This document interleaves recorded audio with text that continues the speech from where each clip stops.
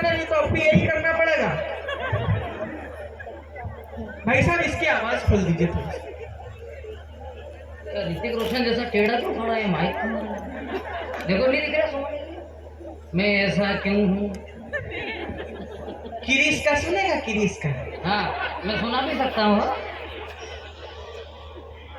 स्वागत है भाई भैया। सर्वप्रथम माँ भगवती शारदा को प्रणाम करता हूँ, माँ सरस्वती को प्रणाम करता हूँ, जिसकी कृपा से हम कुछ आपको सुनाने लायक बन सकें। और भवानी मंडी व्यापार महासंघ ने एक अद्भुत कार्यक्रम, एक शानदार कार्यक्रम रखा।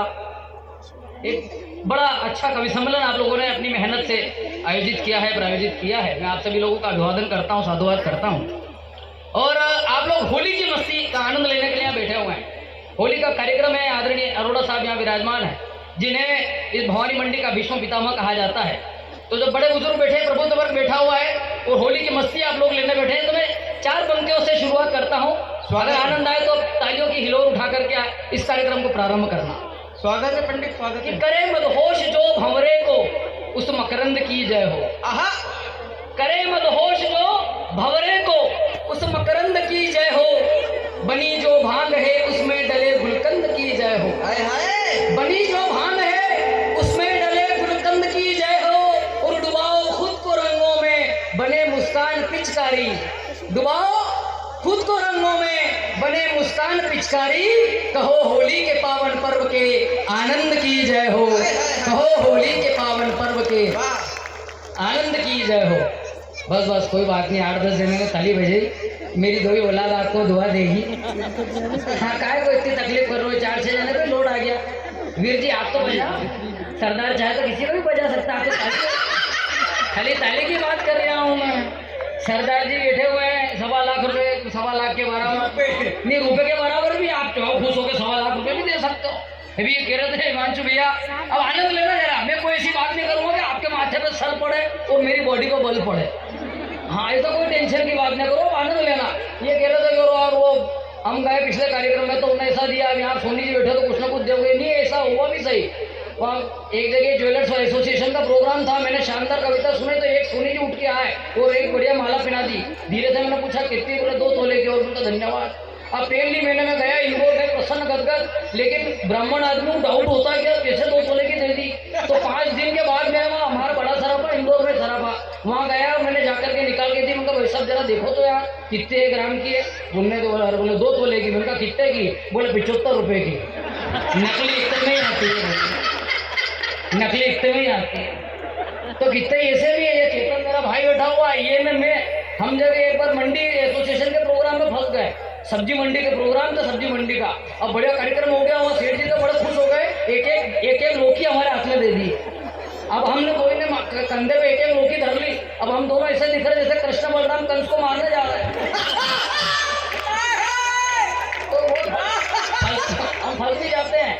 आपको क्या बताऊं, ये चेतन भाई को देख के और मेरे को देख के आपको लग रहा होगा कि जैसे हम 2 ही साड़ू हैं। हमको बनाने में भगवान ने इतनी कंजूसी करी है नीचे की, मैं क्या बताऊं आपको। हाँ, आपने सुना होगा कि साड़ू उसको कहते हैं, 2 साड़ू उसको कहते हैं कि एक ही कंपनी से ठगाए हुए 2 ग्राहक, वो साड़ू। और हम दोनों को देख के ऐसा लगता है कि भगवान के द्वारा ठगाए गए 2 ऐसे कभी, जो शुरू होते ही खत्म हो गए हैं। क्या ये अगली बार भले भाई से कम ले लो, ये इसको सीधा करके रखो। ये टेढ़ा जाता है। ये देखो मैं यहाँ खड़ा हूँ, जा यहाँ और कितने कम लेंगे रे? वो ठीक है। हाँ, कोई बात नहीं। आपने बहुत बढ़िया कवि सम्मेलन कराया साहब। आप भाई भवानी मंडी व्यापार महासंघ का कार्यक्रम है, पूरे देश में प्रसिद्ध है। आप लोग करोड़पति लोग हैं, आपने ये साहित्य का कार्यक्रम आयोजित कराया। आप चाहते तो बड़ा फैशन शो रख सकते थे, आपके पास पैसे की कोई कमी नहीं। आप फैशन शो रख सकते थे, बड़े से बड़ी सेलिब्रिटी को बुला सकते थे, किसी हीरो को यहाँ बुला सकते थे, लेकिन आपका बजट कम था। आपने कवि सम्मेलन कराया और उसमें भी इतनी कंजूसी बरती। बताओ, मतलब हमारे पैसा कम कराने में इनमें हिमांशु भाई ने इतनी मेहनत करी है कि इन लोगों को देश का वित्त मंत्री बनाना चाहिए। बहुत बढ़िया। अच्छा, मैं आपको बता रहा था कि इतनी झंझट है। अच्छा, तनाव को खत्म करने के लिए आपने कार्यक्रम रखा है, तनाव को खत्म करने के लिए। नहीं तो आदमी इतने तनाव में है। अभी हमारे इंदौर में वीर जी अंडर कंस्ट्रक्शन एक बिल्डिंग, अब वो बिल्डिंग पे 10वें मंजिल पे एक आदमी खड़ा हुआ, कुछ काम कर रहा होगा बापड़ा, तो नीचे से जमीन पे से एक आदमी ने आवाज दी कि अरे रामलाल रामलाल तेरी बेटी भाग गई रहे। अब ये सुनते से वो आदमी 10वीं मंजिल से कूद पड़ा। अब जैसे ही कूदा तो जैसे ही 7वीं मंजिल तक आया तो उसको याद आया कि यार अपनी तो कोई बेटी है ही नहीं। आनंद लेना, ठाके को शुरू करना, आनंद लेना अगली बात का। जैसे 5वीं मंजिल तक आया तो उसको याद आया कि यार अपनी तो शादी हुई नहीं। और ठाका और ताली आपकी अगली बात पे वजह आपकी कि जैसे ही 3रे मंजिल तक आया तो उसको याद आया कि यार अपना नाम तो रामलाल है ही नहीं। तनाव को खत्म करने के लिए टेंशन में आदमी, इतना टेंशन में उसको सूझ नहीं पड़ रही कब क्या हो रहा है, कैसे हो रहा है, कुछ मालूम नहीं पड़ रहा। और वे टेंशन मेरे साथ ज्यादा होता है क्योंकि भगवान ने ऐसा बनाया। मेरे को तो कई जगह जाता हूँ प्रोग्राम में तो मेरे को बताना पड़ता है कि भाई साहब मैं भी कवि हूँ। नहीं तो ये 4 फुट की संरचना को देख करके किसी को भरोसा ही नहीं होता कि यार ये कोई कवि होगा क्या। अभी मैं पिछले दिनों तो बहुत अच्छे कार्यक्रम में था, यहाँ तो आपने बहुत अच्छा माइक लगा रखा है, भले ये टेढ़ा है पर कम से कम साइज का तो हो रहा है। मैंने मेरी साइज का कर लिया, नहीं तो वो उज्जैन में उलझ गया। मैं वो फ्रीगंज चौक पे कवि सम्मेलन हिमांशु वही ने बुलाया, वहाँ मेरे को सुनील व्याल से अध्यक्षता कर रहे, बैठे हुए, कॉन्फिडेंस जोरदार हमारा। लेकिन वो माइक का हैंडल ऐसा भाई साहब कि उसमें जंग लगी हुई। अब मनोज भैया उस हैंडल में जंग लगी हो तो माइक ऊपर नीचे नहीं हो, टच से मास नहीं हो। लेकिन वो माइक वाला बड़ा चंट, वो क्या करता कि कोई लंबा कवि आ जाए तो माइक के नीचे एक ईंट फंसा देता, ऊंचा हो जाता। कोई और भी लंबा कवि आ जाए तो वो 2 ईंट फंसा देता, कोई और भी लंबा कवि आ जाए तो वो 3 ईंट फंसा देता। बात तो तब हुई जब मेरा नंबर आया तो माइक वाला अपनी जगह से उठा ही नहीं। वो नीचे से ही बोला, तालियां घनघोर उठेगी मेरे को मालूम है, वो नीचे से ही बोला। अरे बोला रोहित जी एक काम करो, ये माइक के नीचे से ईंट हटाओ, तुम्हारे नीचे ही फंसा लो। अरे इतने एवले लोग हैं यार। हाँ, अभी पिछले दिनों में महाकाल दर्शन करने के लिए गया, वो उसके पहले ये लोगों ने बोला कि चलो महाकाल दर्शन तो कर लेंगे, श्रावण तो चल ही रहा है, अपन दर्शन कर आए और कवि सम्मेलन भी कर आए। अब उदयपुर गए कवि सम्मेलन करने के लिए तो भैया 3 कवि और साथ में कवित्री। दृश्य देखना आप, आनंद लेना कि अब हम 3, अच्छा कवित्री यहाँ नहीं है, मैं कवित्री बता दूं जो लोग नए लोग युवा है, कवित्री मतलब लेडीज कवि हो, नहीं तो आप समझो कवित्री मतलब कोई कबूतर भी साथ में लेके चलते होंगे, ऐसा नहीं। हाँ, नया युवा वर्ग बैठा है, कवि सम्मेलन में पहली बार आया हूँ। तो वो लेडीज थी, थोड़ी सी उम्र उनकी ज़्यादा थी। तो हम जैसे वहाँ उदयपुर पहुँचे, अब मैंने लोअर टी शर्ट पहन रखी, झोला वगैरह बैग हाथ में ले रखा। अब देखना लोगों को भरोसा नहीं हो रहा क्या है, मजे ले रहे मेरे। मैं जैसे वहाँ पहुँचा, हम लोग पहुँचे तो अरे साथ में थी, उन्होंने आयोजक मंडल में से एक आदमी को जोरदार चाटा खींच के मार दिया। अब हम लोग सुन रहे हैं, मैंने कहा मैडम चाटा क्यों मारा? अरे बोले बात ही इसी कर रहा है। मैंने कहा हुआ क्या, चाटा मारा क्यों? अरे बोले बात ही इसी कर रहा है। मैंने कहा क्या हुआ? अब मैडम का जवाब अगर आनंद दे तो तालियां घनघोर उठे आपकी। अरे मैंने कहा मैडम चाटा मारा क्यों? अरे बोले रोहित जी तुम्हारी तरफ इशारा करके मेरे से पूछ रहा था, मैडम आपका बच्चा बड़ा सुंदर है, भी कविता सुनाता है क्या? इतने हल्के में ले रहे लोग। ये तो आप लोग भद्र लोग हो, अच्छे प्रबुद्ध वर्ग हो, आपने देख लिया इंस्टाग्राम वगैरह पे ये रोहित झन्नाट है, नहीं तो कितने जगह एडवांस में बताना पड़ रहा है। पिछले दिनों ये हिमांशु भैया उज्जैन में रहते हैं, इन्हें बोला आओ पंडित महाकाल दर्शन करो। मैंने कहा हो। अब मैं गया महाकाल, आप लोग भी आए होंगे कभी श्रावण वगैरह में दर्शन करने। श्रावण में हमारे महाकाल बाबा की सवारी निकलती बड़ी भव्य। अब वो सवारी के दर्शन करने मैं गया तो मैं अकेला नहीं गया, मेरी 5 साल की बेटी है, हाँ मेरी खुद की। हाँ भरोसा तो रखो आप। वो बात अलग है कि महीने भर तक मेरे को भरोसा नहीं हुआ। तो मैंने उसको गोद में उठा रखा, दृश्य देखना और आनंद लेना व्यापारियों। मैंने उसको गुड़िया को, सत्य घटना, मैंने गुड़िया को गोद में उठा रखा और जैसे महाकाल के नारे लग रहे, भयंकर भीड़, अटाटपूर्ण भीड़। अच्छा मेरे को खुद को तो दिख नहीं रहा, उसको क्या दिखाओ? ना मेरे को दिख रहा ना बच्ची को दिख रहा। तो थोड़ी देर तक तो मैंने कोशिश करी, जब नहीं दर्शन हुए मेरे को भीड़ में कुछ भी, तो मैंने धक्का देकर के घुसना शुरू करा। मैंने कहा पंडित धक्का दो घुसो। अब जैसे धक्का देकर के घुसने लगा तो आगे एक बाबूजी खड़े हुए धोते कुर्ते में बासा, वो मेरे को देख के जोर से चिल्लाए, बोले बेटा यहाँ कहाँ घुस गया भीड़ में? और ये बच्चों को तो घर पे छोड़ के आता इसके मम्मी पापा के पास में। तो मेरा दिमाग खराब हुआ। मैंने कहा ओ बाबूजी ये बच्चे का पापा मैं ही हूँ। तो उन्होंने मेरे को नीचे से ऊपर तक देखा और क्या बोले बेटा इस छोरी को लेके भले मेरे माथे पे बैठ जा, पर कम से कम झूठ तो मत बोल। तालियां कमजोर है आप लोगों की, हाँ तालियां बजाते रहना, क्योंकि हमारे साथ मैंने हिमांशु भैया ने बताया ना कि आप जितनी तालियां दोगे उतना रिचार्ज मिलेगा आपको, नहीं तो कुछ भी मतलब नहीं है। अभी पिछले दिनों की बात है, वहाँ में गया मैं टीवी शो करने के लिए। अब वो शूटिंग तो हो गई, उसके बाद में वो एडवर्टाइजमेंट के लिए प्रोमो लेने के लिए फोटोग्राफ नीचे। अब पहले ये हिमांशु भैया खड़े हुए, इनके फोटो लिए 15-20 फोटो वीर जी, इधर से उधर से 15-20 फोटो अलग अलग। फिर वो मुमताज नसीम जी खड़ी हुई कवित्री, उनके फोटो लिए 15-20 फोटो इधर से उधर से 15-20 जगह से अलग अलग एंगल से। फिर मैं फोटो लिया, मैं खड़ा हुआ तो खाली मेरा एक फोटो लिया और बात खत्म। अब एक फोटो लिया तो मैं चुपचाप बैठने लगा यार। तो दूसरे फोटोग्राफर ने उससे बोला, अरे बोले ले ले रोहित जन्नाट के भी फोटो ले ले यार। अरे बोले छोड़ यार, अरे बोले नहीं ले ले रोहित जन्नाट के भी फोटो ले ले। अरे बोले छोड़ यार, बोले क्यों? अगर उसका जवाब ठीक लगे तो आपका ठाकर तालियों के साथ मिश्रित होकर उठे। उसने बोला कि ले ले रोहित जन्नाट के भी फोटो ले ले यार। अरे बोले छोड़ यार, बोले क्यों? अरे बोले रोहित जन्नाट को बनाने में भगवान ने मेहनत नहीं करी, अपन खाई तो। आप बताओ, आप हंस रहे हो, मेरे प्राण निकल जाए। हाँ, लोग इतने खतरनाक मिल जाते हैं अगले में। बहुत बढ़िया। अभी हाँ, अरे ऐसे विचित्र लोग मिलते हैं। अच्छा, आपको लग रहा होगा कि अरे जरा सा नहीं, ईश्वर ने भी बनाया। भगवान ने जब संसार बनाया तो भगवान मुस्कुराया कि मैंने एक अद्भुत कृति बनाई, मनुष्य बनाया। लेकिन जब भगवान ने मेरे को बनाया सोमानी जी, तो भगवान ढाका लगा के हंसा। अरे बोले मजा आ गया। तो ब्रह्मा जी से नारद जी ने पूछा, बोले क्या मजा आ गया? आपने इतने सारे मनुष्य बनाए, ये जरा से रोहित जन्नाट को बनाया तो इसमें क्या मजा आ गया? तो भगवान क्या बोले? अरे बोले देख तो सही, मटेरियल तो थोड़ा सा लगा लेकिन आइटम कितना जोरदार बना। वाह आइटम। और आप तो व्यापारी लोग हो, आपको तो मालूम है कम इनपुट में ज्यादा आउटपुट कैसे लेना। हाँ, इतने कमाल के लोग हो। अगर इतने और अच्छा आपको लग रहा होगा यार, जब सब व्यवस्थित है, ये जरा सा दिख रहा है, ऐसा नहीं। मैं आपको तर्क देता हूँ, यहाँ महिलाएं बैठी हैं, ये जब आटा गूंथती हैं, आटा गूंथ करके रोटी बनाती है घर में, तो रोटी जब बना लेती है, सभी रोटियां बन जाती है, और आखिरी में अगर थोड़ा सा आटे का लोया रह जाए, थोड़ा सा आटा रह जाए, तो उसे छोटी सी रोटी बना करके रख देती है। अब भगवान ने भी हम कवियों को बनाया होगा, मिट्टी मिट्टी का गूंदा होगा, अच्छी अच्छी रोटियां बना दी, आखिरी में थोड़ा सा रह गया होगा तो मेरे को बना करके। मैं संवेदना पर देखना चाहता हूँ भवानी मंडी की अगली 4 पंक्तियों में कि मेरा ये छोटा सा कद, क्या आपको कोई जोक लगता है? मेरा ये छोटा सा कद, क्या आपको कोई जोक लगता है? अरे किसी की हंसी उड़ाना तो जमाने का रोग लगता है। और बाकी सारी रोटियां डब्बे में रख दी उस माँ ने, बाकी सारी रोटियां डब्बे में रख दी उस माँ ने। उस छोटी सी रोटी का ही गौ माता को भोग लगता है, उस छोटी सी रोटी का है गौ माता को। क्या हो गया भैया? आप ऐसा क्यों घूर के देखो जैसे किसी ने विविध भारती फंसा दिया रेडियो मिर्ची के बीच में?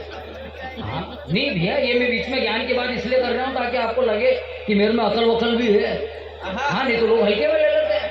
हल्के में इतनी खतरनाक स्थिति हो जाती है भाई साहब। पिछले दिनों में ट्रेन में सफर कर रहा, अब भयंकर भीड़ हो रही, जैन साहब भयंकर भीड़ हो रही, आगे से धक्का लगा मेरे को, तो वो धक्के को मैंने पीछे वाले को ट्रांसफर कर दिया, क्योंकि मेरी बॉडी सही नहीं पाई उसके धक्के को। अब पीछे ट्रांसफर कर दिया तो वो भी हट्टा कट्टा आदमी था, तो वो मेरे माथे आ गया। अब लड़े झगड़े की नौबत आ गई। वो मेरे से क्या बोला, मैं आपको 4 पंक्तियों में सुनाता हूँ। आनंद और ढोली वो मेरे से क्या बोला कि अबे तू क्या लड़ेगा, तेरा चेचिस ही खत्म है। चेचिस कहते हैं कार के ढांचे को, उसने मेरे ढांचे का अपमान करा।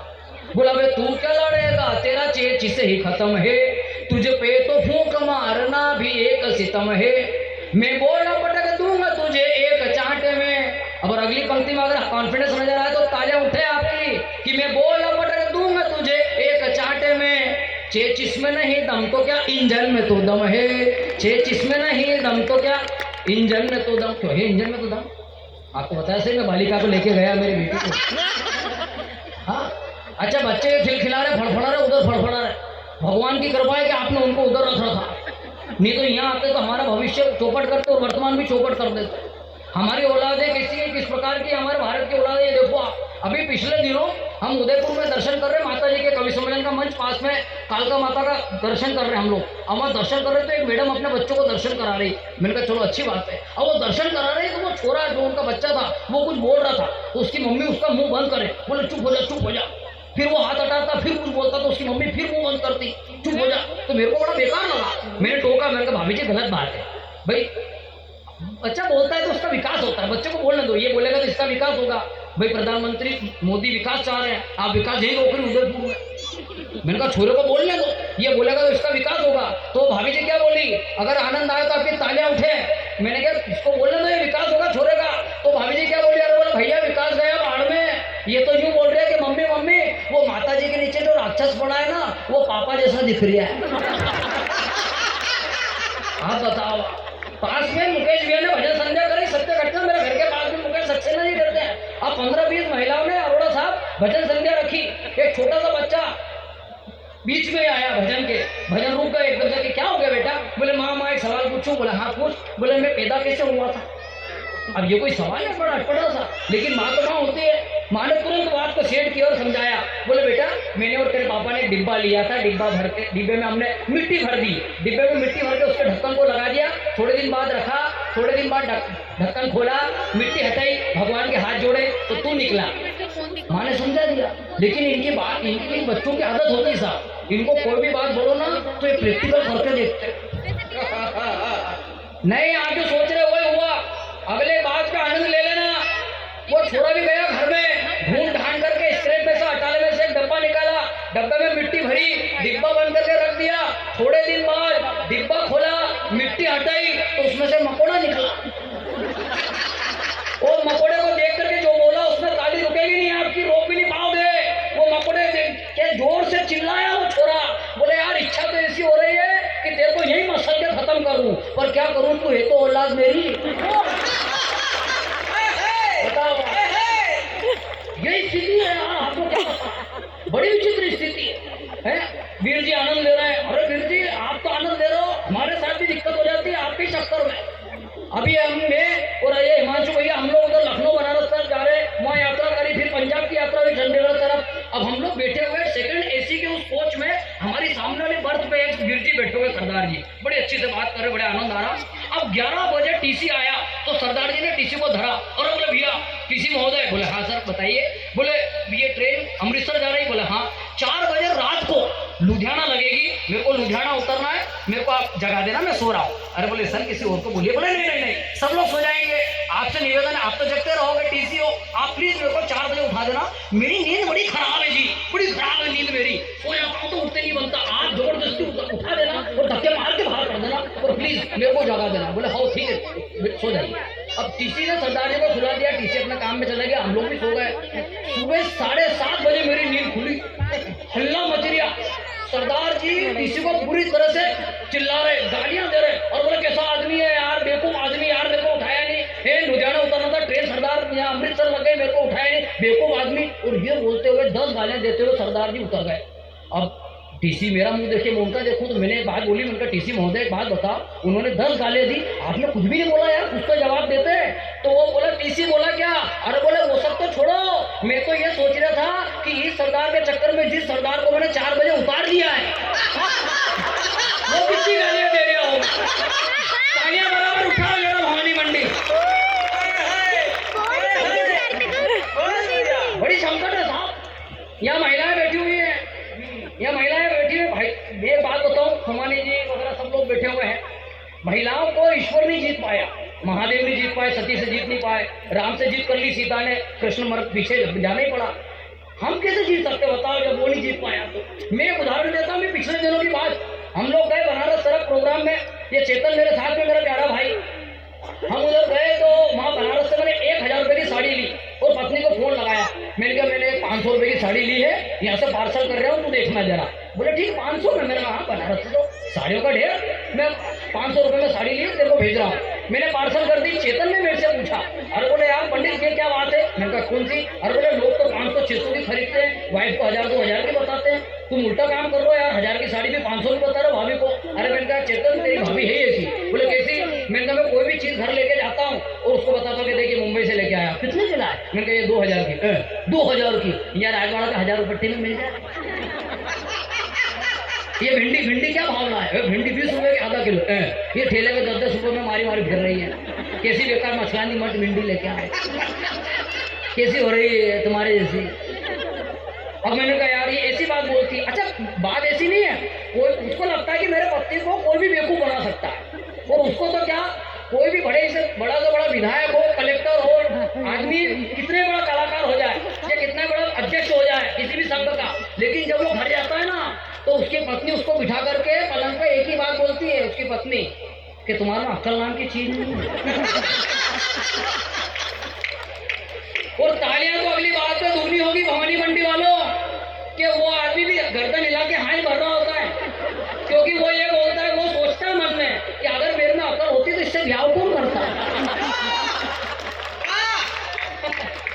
तो मेरे साथ भी मैंने कहा भाई चेतन ये दिक्कत है, तो इसलिए मैंने ये 1000 की साड़ी भी 500 की बताई उसको, ताकि उसको अच्छी लगेगी कि 500 में तो बढ़िया हो गया। अब अगले दिन हम 2 दिन बाद हम लखनऊ में थे, तो उसका फोन आया, बोले साड़ी मिल गई। अरे मैंने कहा वेरी गुड, चलो कैसी लगी साड़ी? अरे बोले बहुत बढ़िया, 1 नंबर। मैंने कहा चलो बढ़िया, और क्या चाहिए? बोले नहीं साड़ी तो बहुत अच्छी लग रही है, एक और बात सुनो। मैंने कहा क्या? बोले साड़ी मेरे को तो बहुत अच्छी लग रही है, पर पास वाली विमला भाभी को और भी अच्छी लग रही थी। पर तो तुम्हारी कसम एक बात बोलूं, तुमने तो 500 रुपए की खरीदी थी, मैंने 700 रुपए में बेच दी।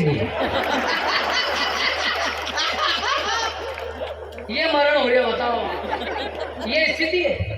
लेकिन आप लोग आनंद ले रहे हैं, आप लोग ठाके ले रहे हैं, आनंद दे रहे हैं। परिश्रमी लोग बैठे हुए यहाँ पर, व्यापारी लोग बैठे हुए। ऐसा कहा जाता है, किसी भी व्यापारी को देख करके, धनाढ़ी व्यक्ति को देख करके लोग बोल देते हैं ये समाज की विसंगति है। अरे बोला साहब वो तो व्यापारी आदमी, बड़ा आदमी है साहब, अरे वो तो करोड़पति साहब, ये क्या समझेंगे अपनी बात को, अरे तो पैसे वाले साहब। कैसे लोग होते हैं? मैं बताना चाहता हूँ कि जरूरी नहीं कि हर आदमी, हर व्यापारी चांदी का चम्मच मुंह में लेकर के पैदा हो। यहाँ पर कुछ लोग ऐसे भी बैठे हुए, मुझे आदरणीय सोमानी जी ने बताया कि भैया रोहित भैया, या भवानी मंडी में कुछ लोग ऐसे भी हैं, ऐसे व्यापारी भी है, अधिकांशतः ऐसे हैं जो जिन्होंने फर्श से अर्श की यात्रा खुद के बलबूते में की है। मैं उन लोगों को, उन व्यापारियों को, आप लोगों को 4 पंक्तियां गिफ्ट करता हूँ। स्वागत परिश्रम, स्वागत है। 4 पंक्तियां हैं ताजी ताजी। और जब कहीं हम जाते हैं और हमको लगता है कि यार प्रबुद्ध वर्ग बैठा हुआ है, तो हम लोग चाहते हैं कि कुछ पहुंचे उन तक, कि परिश्रम के हथौड़े से गरीबी तोड़कर कुछ बनता है व्यापारी। आपकी खुददारी की पंक्तियां हो तो आप खुददारी के साथ उठाइएगा तालियां, कि परिश्रम के हथौड़े से गरीबी तोड़कर कुछ बनता है व्यापारी। व्यापार के विस्तार से नगर की प्रतिष्ठा को बढ़ाता है व्यापारी। और संपदा देखकर अहंकार मत मानिए हुजूर, संपदा देखकर अहंकार का ताना मत मारिए हुजूर। अरे गिरती हुई अर्थव्यवस्था को भी थामे रखता है एक व्यापारी, गिरती हुई अर्थव्यवस्था को भी थामे रखता है व्यापारी। इससे ज्यादा आपकी चापलूसी नहीं कर सकता। हाँ, क्योंकि वीर जी एक बात बताऊं, आदमी कितने ही प्राण निकाल के रख दे, लेकिन किसी को भी आप पूरे ब्रह्मांड में कोई भी व्यक्ति हो, आप सबको खुश नहीं कर सकते, कर ही नहीं सकते। एक जगह मैं कविता सुना रहा, हिमांशु भैया संचालन कर रहे और मैं सुनाई जा रहा, लोग आनंद ले रहे हैं, और थोड़ी देर बाद 10 मिनट बाद ही 2 जने लट्ठे लेके घूमने लगे, लकड़ी लेके, आपके जैसे बिल्कुल। अब लट्ठे लेके घूमने लगे तो मेरे को डर लगा यार। मेरे कहा भाई साहब तुमको कविता नहीं समझ में आ रही हो तो मैं बैठ जाऊँ यहाँ। तो उन दोनों में से एक जना क्या बोला कि नहीं तुम तो कविता सुनाओ, हम तो उसको ढूंढ रहे हैं जिन्होंने तुम्हारे को बुलाया है। हाँ, और आप तो फिर भी तालियां दे रहे हो। वो हमारे भोपाल में कार्यक्रम हुआ मैडम, अब भोपाल में कार्यक्रम हुआ तो बीचों बीच एक सेठ जी बैठे हुए, वो सुमड़े जैसे देखे, मतलब ताली नहीं बजाए, खाली बस देख रहे, बस सुमड़े जैसे देख रहे। अब ताली नहीं बजाया आदमी, यार उनका नौकर बैठा हुआ वो भी ताली बजा रहा, लेकिन वो सेठ जी ताली नहीं बजाए, पूरा नगर बजा रहा। तो मैंने आखिरकार उतर कर उनसे पूछ लिया, मैंने कहा साहब आप ताली क्यों नहीं बजा रहे हो? मैं उनका नाम नहीं लूंगा, नहीं तो आप समझ जाओगे कि मैं वर्मा जी की बात कर रहा हूँ। आप ताली क्यों नहीं बजा रहे हो? मैंने सेठ जी से पूछा तो सेठ जी ने ताली नहीं बजाने का क्या कारण बताया। मैं 4 पंक्तियां आप तक देता हूँ, उसके बाद स्थान ग्रहण करूंगा। स्वागत। उन्होंने क्या कहा ताली नहीं बजाने का कारण, कि सेठ जी बोले कि मैं तो खूब बड़ा आदमी हूँ, तालियां बजाना मेरे नौकर का काम है।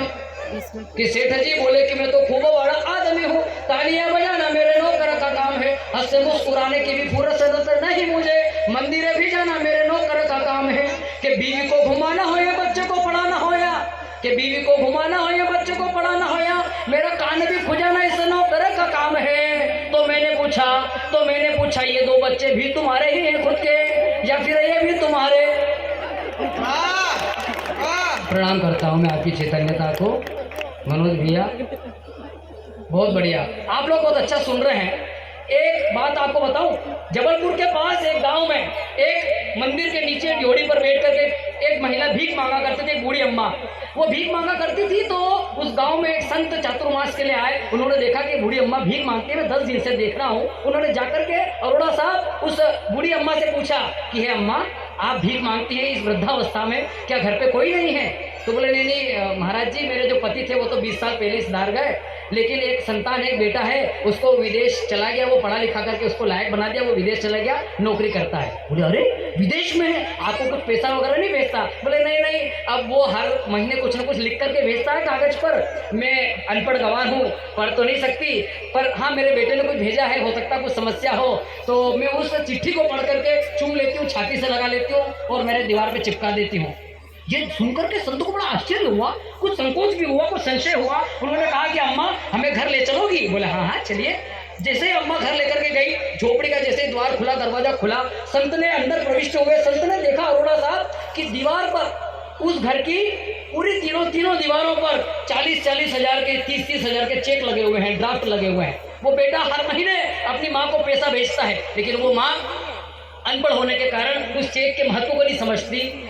अगर वो महत्व को समझ जाती तो उसका जीवन बदल जाता। यही स्थिति हम सभी की है। हमारे ऋषि मुनियों ने, हमारे ईश्वर ने, हमारे प्रभु ने, हमारे महापुरुषों ने हमें धर्म दिए, ग्रंथ दिए, पुराण दिए, शास्त्र दिए, भागवत दी, रामायण दी, महाभारत दी, लेकिन हमने केवल अलमारी में रख करके अगरबत्ती लगाई। अगर हम पढ़ लेते हमारा जीवन धन्य हो जाता, हमारे जीवन में परिवर्तन आ जाता। क्या बात है, क्या आवश्यकता है उसको आत्मसात करने की। मैं 4 पंक्तियां आपको समर्पित करके स्थान ग्रहण करता हूं कि आप लोग अपने धर्म, अपने ईश्वर से जुड़े।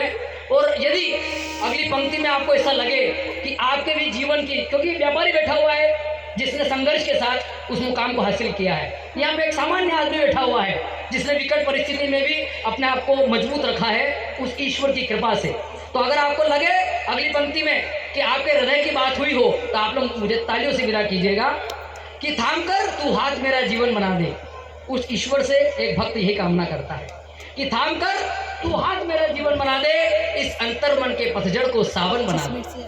थाम कर तू हाथ मेरा जीवन बना दे, इस अंतर मन के पतझड़ को सावन बना दे।